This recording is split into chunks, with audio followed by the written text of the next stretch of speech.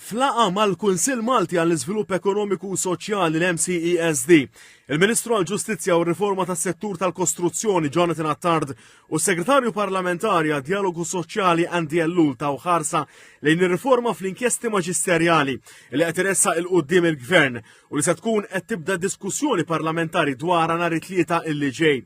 Il-Ministru Jonathan Attard ta' preżentazzjoni tar-riforma tal-inkjesti maġisterjali għan li r-riforma mhux se tċaħħad ebda aċċess għall ġustizzja u l-permezz tagħha mhux se jintmess li qed li ċittadin jiftaħ inkjesta.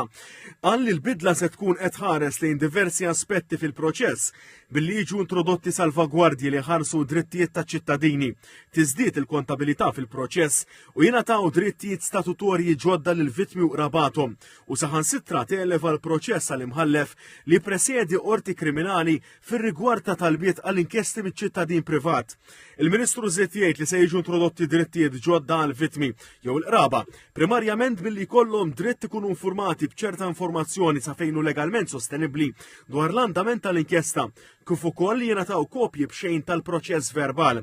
Min-naħa tiegħu s-Segretarju Parlamentari Andy Ellul saħaq li din ir-riforma se tkun qed tassigura ġustizzja xierqa filwaqt li tnaqqas l-abbuż. Għal li l-ġustizzja għandha dejjem titwettaq f'parametri ta' ċertezza legali biex jiġi assigurat li ma tinħoloqx dbatija inġusta fuq kwalunkwe ċittadin.